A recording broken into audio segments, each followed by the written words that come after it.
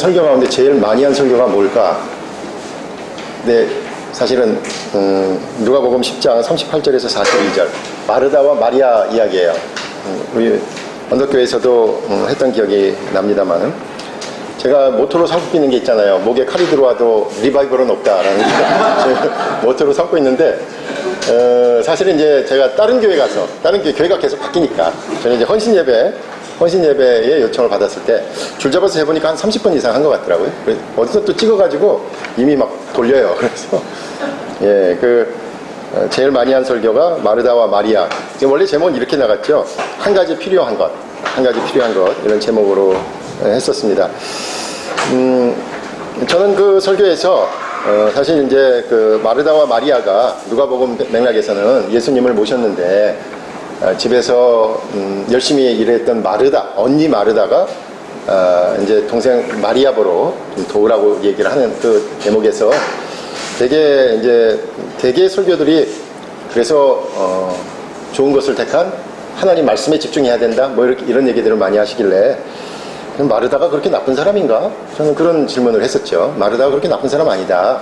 마르다가 상당히 신앙의 성숙함을 이루고 있는 사람이다 라고 얘기를 하면서, 되게 그 헌신예배의 설교는 그래서 마르다를 좀 정당하게 평가하고, 어쩌면 교회에서 아주 열심히 있는 분들, 헌신하시는 분들, 제가 헌신예배에 가서 이제 그 설교를 하니까요, 마르다 같은 분들이 사실은 더 중요한 일들을 하고 있는데, 때로 자기 하는 일에 지쳐서 남들의 어떤 인정이나 남들이 따라와주지 않을 때 그 힘든 사람이 마르다 아니겠느냐.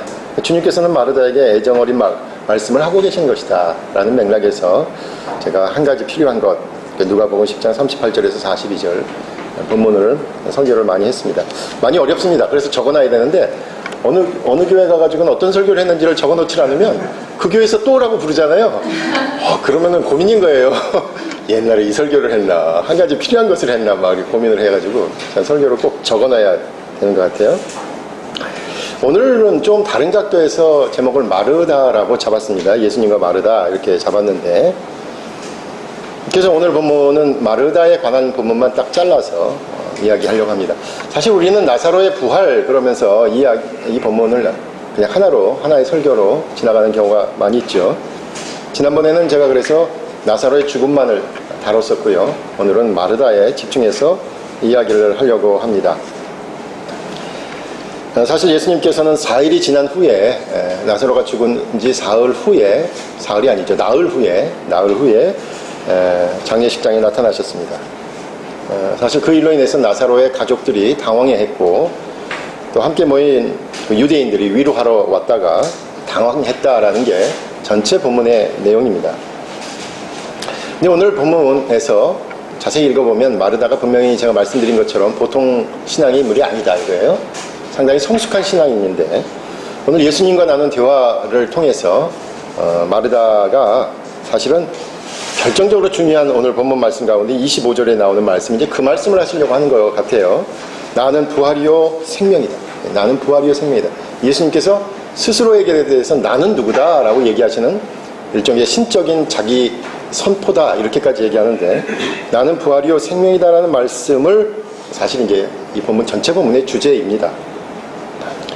누누이 말씀드린 것처럼 요한복음 전체는 7개의 기적 이야기로 구성되어 있습니다. 그 중에서 6번째에 해당하는, 어떤 사람은 7번째다, 6번째다고 얘기하는 바로 나사로의 부활을 다루고 있는데,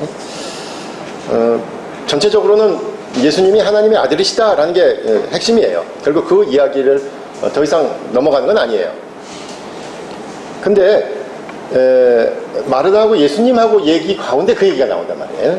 나는 부활이요 생명이라는 말씀도 마르다랑 얘기하는데 나오고요.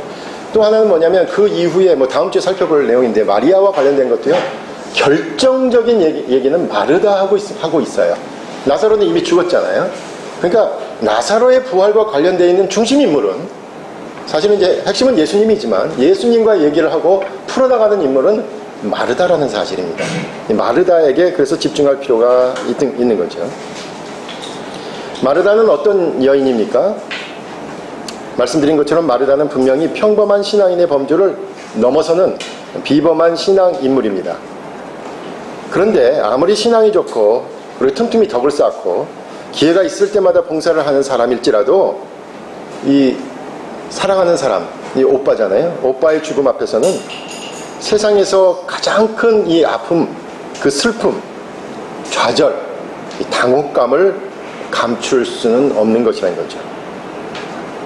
마르다는 예수님과 대화를 하면서 자신이 스스로 모르는 것을 이제 깨닫게 됩니다. 점차 주님에 대한 강한 믿음과 지혜를 얻게 되는 거죠. 그래서 우리가 마르다와 예수님 사이에 오늘 본문의 대화를 잘 살펴보면 결국 이게 오늘 설교의 주제가 될 텐데요. 신앙의 성장보다 성숙함, 요즘 말로 하면 레벨업을 할 수 있다라는 겁니다. 저와 여러분도 마찬가지입니다. 마르다처럼 믿음으로 세상의 그 어떤 상황이라도 맞으려는 사람들에게, 말씀드린 것처럼 이미 사랑하는 사람과 이별을 맞았거나 이제 장차 앞으로 그 날을 준비하여 맞으려는 사람들을 향해 주는 주님의 진정한 위로의 말씀이 여기에 있다라는 겁니다. 첫 번째는 주님은 항상 우리와 함께 하신다는 사실이죠. 주님은 항상 우리와 함께 하신다라는 사실이에요. 주님께서 늘 우리와 함께 하신다는 사실을 아는 것, 그것이 무엇보다 중요합니다. 본문에 의하면 장례 중에 예수님이 오신다는 소식을 듣고 먼저 나간 사람이 마르다입니다. 사랑하는 오빠의 죽음을 맞이하고서도 주님이 오신다는 소식을 듣고 오늘 본문에 뒤에 나오는 30절에는 어디까지 따라 나가냐면 마을 밖까지, 예수님이 오시기 전에 마을에 들어오시기 전 마을 밖까지 뛰어나간 사람은 마리아가 아니라 마르다입니다. 마르다가 예수님을 제일 먼저 가서 맞은 거예요. 마리아와는 대조적으로 마르다는 분명히 행동으로 보이는 신앙인입니다. 무슨 일이 있으면 몸으로 먼저 헌신하는 사람입니다. 자신이 솔선수범해야 직성이 풀리는 사람, 이 마르다입니다. 그런데 마르다가 예수님을 만나자 21절에서 이렇게 얘기합니다. 주께서 여기 계셨더라면 내 오라버니가 죽지 아니하였겠나이다. 마르다는 예수님께서 눈에 보이는 모습으로 있어야 한다는 생각을 하고 있는 거예요. 예수님께서 이제 오셨기 때문에 아니 좀 더 일찍 오시지요 라는 얘기잖아요. 그러면 오빠가 살았을 텐데요. 예수님에 대한 애정이 강하죠. 어찌되었든 예수님을 직접 만나고 직접 대화하고 직접 체험하는 일에 중요한 가치를 두고 있습니다. 이렇게 눈에 보이는 일에 집중하는 것 아주 중요합니다. 그런데 예수님께서 눈에 보이는 모습으로 계시지 않을 때 흔들립니다. 눈에 무엇인가 드러나야 하나님께서 역사하신다라고 고백합니다. 22절에서 아주 중요한 신앙의 고백을 하긴 합니다. 그러나 나는 이제라도 주께서 무엇이든지 하나님께 구하시는 것을 하나님이 주실 줄을 아나이다. 그러니까 예수님이 이제 오셨으니까 하나님께 기도하면 기적이 나타날 겁니다라고 얘기는 하는데, 근데 왜 이제 오셨습니까? 왜 나와 같이 계시지 않았습니까? 라고 따지는 내용이 있어요. 여기서도 결국 뭐예요? 주님이 오셨으니까 이제 하나님과 기도해서 해결해 주십시오라는 거죠. 마르다는 직접 보고 만지고 느낄 수 있는 신앙의 모습을 단적으로 그런 믿음의 소유자인 것을 알 수 있어요. 주님을 직접 뵌다는 거 아주 중요합니다. 그런데 주님이 안 계신 것 같은 상황일 때는 자기 혼자 버려졌다라고 생각하기 쉽다는 거죠. 주님을 직접 체험할 수 없는 상황이 오면 당황합니다. 어찌할 바를 모릅니다. 신앙을 갖지 않는 사람의 모습과 똑같이 혼란을 겪고 금방 절망으로 빠집니다. 물론 마르다는 주님께서 나타나시자 이제라도 라고 하나님께 구하면 일을 하실 수 있다고 믿음의 고백을 합니다. 분명히 마르다는 신앙이 없는 사람이 아닙니다. 신앙이 있는 사람입니다. 예수님과 하나님과의 관계를 분명히 알고 있잖아요. 예수님 기도하십시오. 일이 이루어질 겁니다 라고 예수님과 하나님의 관계를 잘 알고 있어요. 예수님과 하나님 사이의 비밀을 알고 있어요. 그런데 그 예수님이 자신이 볼 수 있는 눈 밖에 있으면 조급해합니다. 자신의 감각으로 예수님을 느끼지 못하면 불안해합니다. 자신이 의식하지 못하면 다시 절망에 빠집니다. 성경은 예수님께서 이미 나사로의 집에 계셨다는 것을 말하고 있습니다. 예수님께서는 요한복음 11장 처음부터 베다니에서 무슨 일이 있는 줄을 알고 계셨어요. 4절, 요한복음 11장 4절에 이렇게 얘기하시죠. 나사로가 아프다는 얘기를 들으니까 예수님 뭐라 그러셔요? 죽을 병이 아니다. 알고 계신 거예요. 11절에서는 우리 친구 나사로가 잠들었다. 상태를 알고 계신 거예요. 그런데 맨 마지막 14절에서는 뭐라 그럽니까? 나사로가 죽었느니라. 예수님께서 이미 베다니에 오시기 전부터 나사로의 상태를 다 알고 계셨어요. 그렇다면 이렇게 얘기할 수 있죠. 예수님은 이미 매 순간 나사로의 가족들과 함께 계셨던 겁니다. 바로 그런 의미에서 예수님께서는 하나님과 관계를 맺고 계시는 거죠.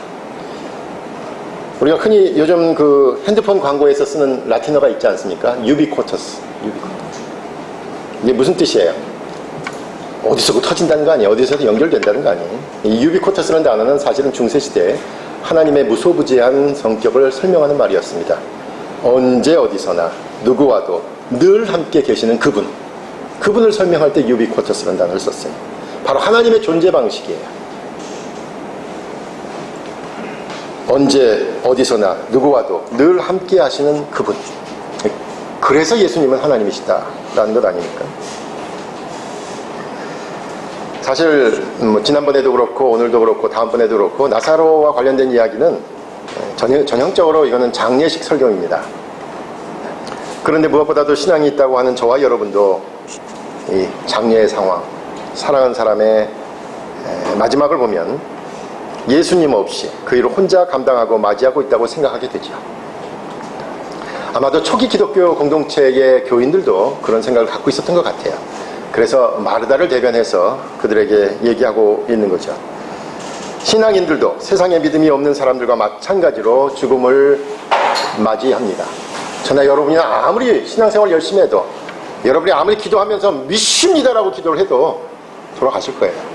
저도 몇십 년 안에, 길어야 몇십 년 안에 그 길을 가겠죠. 우리가 아무리 믿음이 좋아도 이걸 건너뛸 수는 없습니다. 저와 여러분 분명히 죽음을 맞이할 겁니다.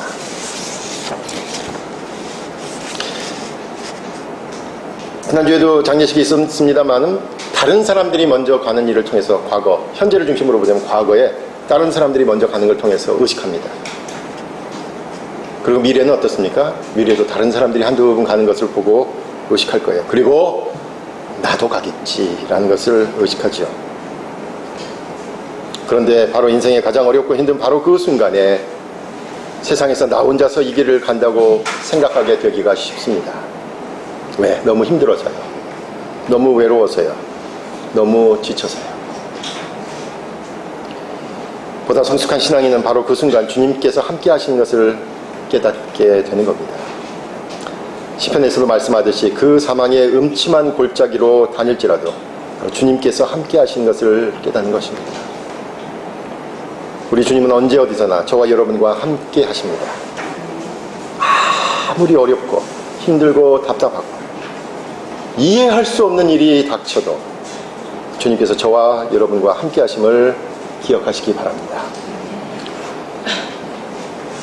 두 번째는 부활은 현재의 사건이라는 겁니다. 부활은 현재의 사건이다 라고 말하고 계십니다. 사실 우리가 부활에 대한 이야기를 합니다마는 죽고 부활하는 것은 결국 종말론적인 상황으로 보잖아요. 끝날에 다시 다 부활해서 그때 만날 겁니다 라는 이야기잖아요. 지금 이렇게 죽음을 맞이해도 부활이 있다는 신앙은 바로 주님께서 다시 오실 그때에 우리 모두가 부활한다는 사실에 근거하고 있기 때문입니다. 그래서 예수님께서 내 오라비가 다시 살아나리라 라고 말씀하니까 24절에서 마르다가 이렇게 얘기를 해요. 마르다도 대단한 신앙의 인물인 걸 알 수 있어요. 마지막 날 부활 때에는 다시 살아날 줄을 내가 아나이다 라고 대답하는 거죠. 범상치 않은 신앙을 갖고 있는 사람입니다. 사랑하는 오빠가 죽었지만은 그 오빠를 잃은 슬픔에만 빠져 있지 않고 끝날에 부활할 것이라는 믿음으로 지금의 슬픔을 이길 수 있습니다 라고 담담하게 고백하는 겁니다. 지금은 도저히 이해할 수 없지만 마지막 날 주님께서 오실 때 다시 모두가 부활하는 그 순간이 있다는 것을 이 마르다는 알고 있습니다. 그런데 예수님께서는 여기서 한 걸음 더 나갈 것을 말씀하고 계시는 것 같아요. 25절과 26절의 말씀입니다. 이렇게 먼저 말씀하셨죠. 나는 부활이요 생명이다 라는 말씀.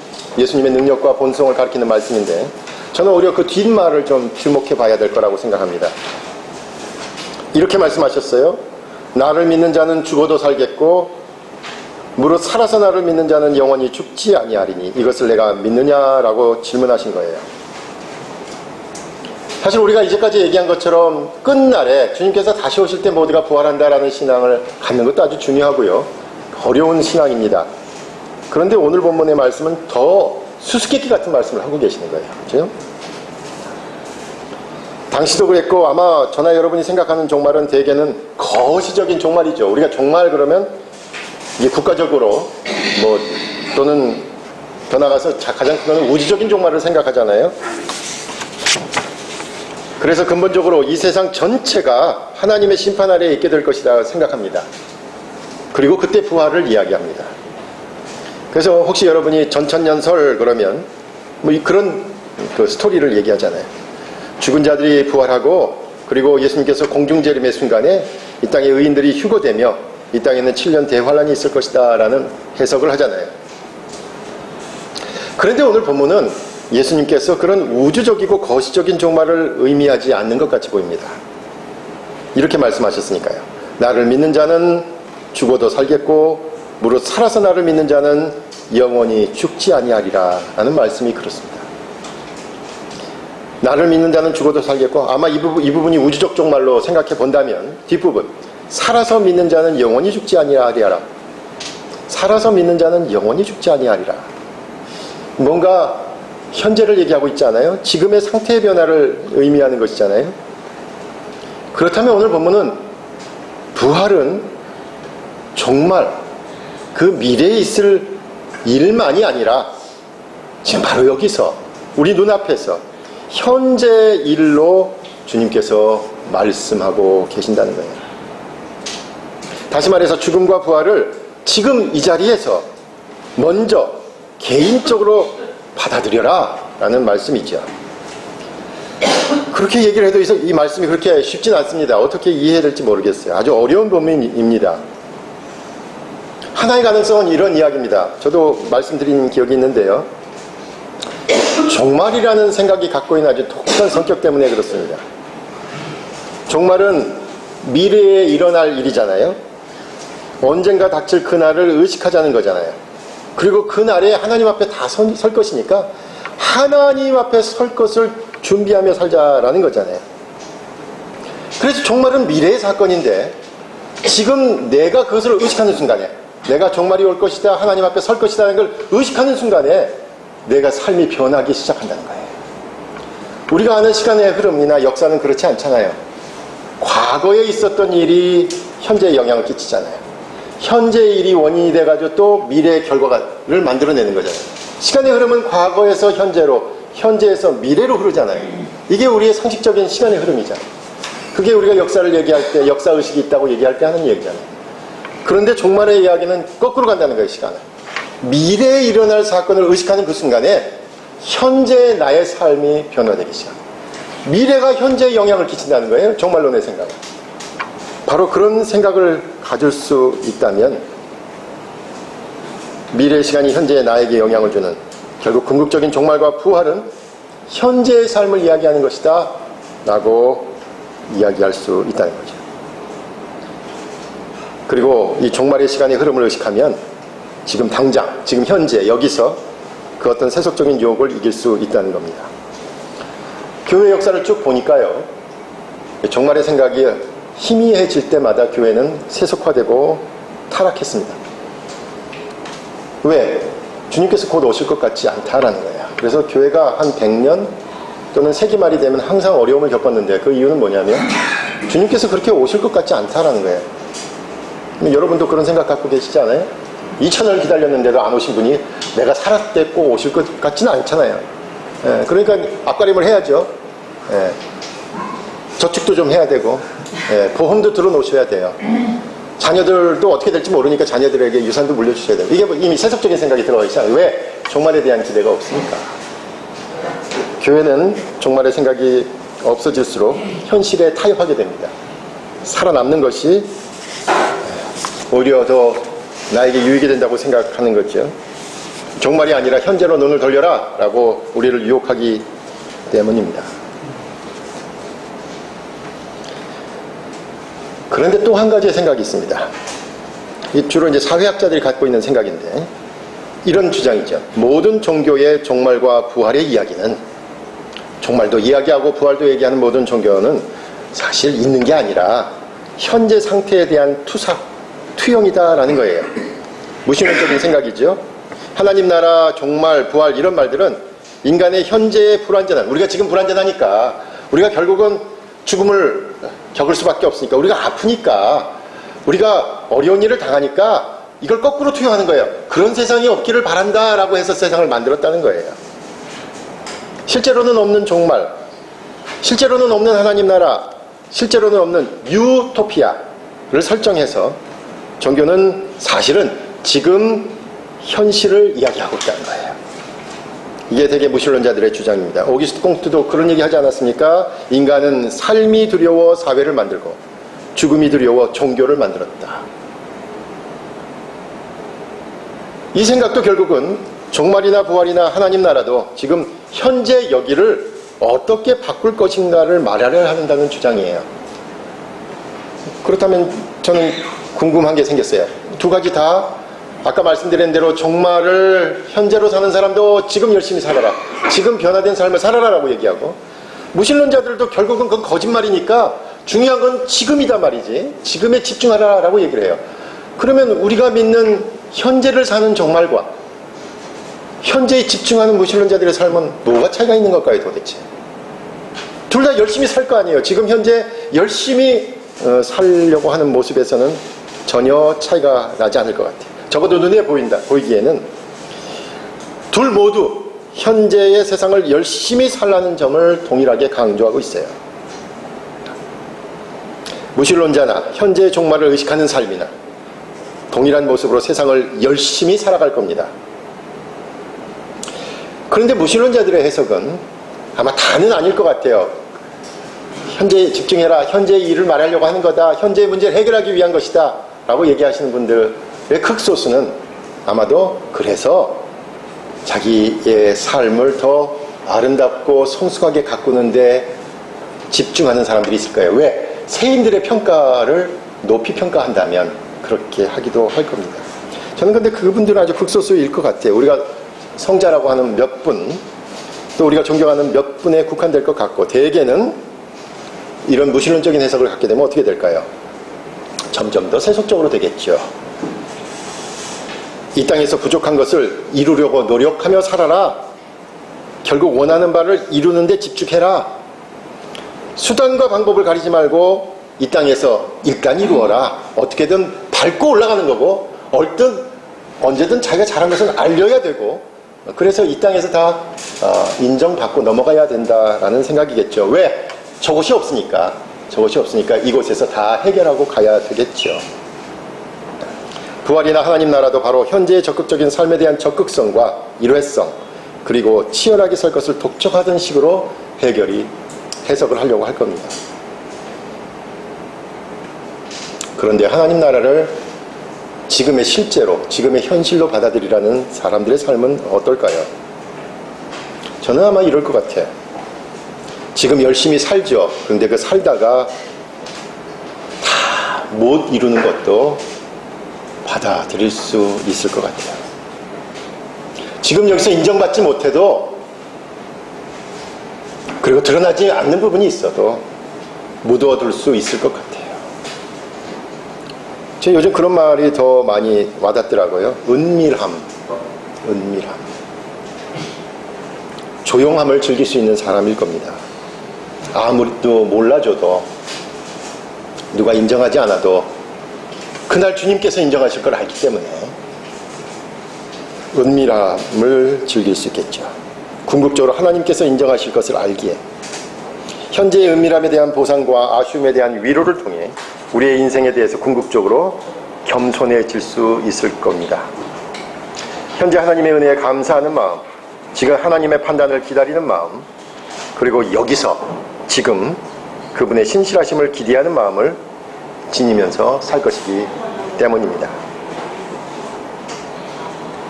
은밀한 선행을 즐길 수 있는 지혜. 은밀한 선행. 저는 요즘은 그게 아마 제일 중요한 말인 것 같아요. 나이가 한 살 더 먹으면서도 은밀한 선행을 즐길 수 있는 지혜. 하나님이 인정하십니다. 오히려 세상 사람들이 나를 알아주면 세상에 하늘에서의 상급을 없을 것 때문에 아쉬워하고 몰라줄 때 그렇지. 하늘의 상급을 생각하시죠. 또 뭐라 그러십니까? 너에게 갚을 수 없는 사람에게 베풀라 이렇게 얘기하시잖아요. 갚을 수 없는 사람에게. 근데 우리는 그러지 않잖아요. 나에게 은혜를 알 수 있는 사람, 나에게 나중에 갚을 사람에게 먼저 손이 가잖아요. 갚을 수 없는 사람에게 베풀어라. 그게 하늘의 상급이다 라고 얘기하시죠. 나에게 다시 갚을 수 없는 사람. 한번 그렇게 찾아보세요. 여러분 주중에 내가 이렇게 했을 때 그걸 갚을 수 없는 그 사람, 그게 하늘의 상급이다 라고 얘기하고 계시죠. 오늘의 일에 대해서 겸손할 수 있는 지혜도 바로 오늘 이 땅에서 지금 이 순간 종말을 사는 또 부활의 신앙을 갖고 있는 사람일 것입니다. 바로 하나님 나라에 대한 확신과 기대에서 오는 겁니다. 그런 의미에서 죽음과 부활은 지금 여기서 바로 그런 삶을 살고 있다면 죽음과 부활은 여기에서 이미 시작된 것이다 라고 얘기할 수 있습니다. 마지막으로 세 번째는 예수 그리스도에 대한 믿음이 가장 중요하다는 거예요. 결국 이 본문을 보면 결국 이 얘기입니다. 예수님께서 이렇게 얘기하셨잖아요. 마지막에 나는 죽어도 살겠고 무릇 살아서 나를 믿는 자는 영원히 죽지 아니하리니 이것을 내가 믿느냐 이렇게 예수님께서 마르다에게 물어보셨어요. 그 마르다가 이렇게 대답합니다. 주여 그러하외다. 주는 그리스도시요 세상에 오시는 하나님의 아들이신 줄 내가 믿나이다. 좀 이상하지 않으세요? 마르다가요 예수님이 물어본 대로 대답을 하지 않아요. 좀 엉뚱한 대답을 해요. 예수님은 죽어도 살겠고 무릇 살아서 나를 믿는 자는 영원히 죽지 아니하리니 라고 말했는데 흥미로운 것은 마르다는 예수님께서 질문한 것과 전혀 다른 대답을 하고 있다는 거예요. 예수님께서는 부활이 현재 일어나는 일이고 결국 죽음이 끝이 아니다 라고 말씀하시는 순간에 마르다는 예수님을 그리스도로, 예수님을 하나님의 아들로 고백하고 있어요. 엄밀히 말해서 이 본문을 가만 보면 마르다는 예수님의 말씀을 정확히 이해하고 있는 것 같지 않아요. 예수님이 무슨 말을 하고 있는 건지 잘 모르는 것 같아요. 근데 정답을 얘기했어요.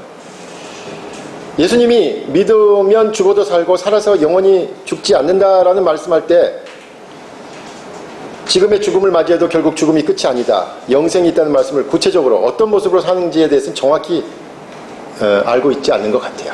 그리고 가만 생각해 보니까 저나 여러분은 어때요? 이 말씀 들을 때 이해가 팍 되십니까? 뭐가 선명하게 뭐가 이렇게 딱 그려지시나요?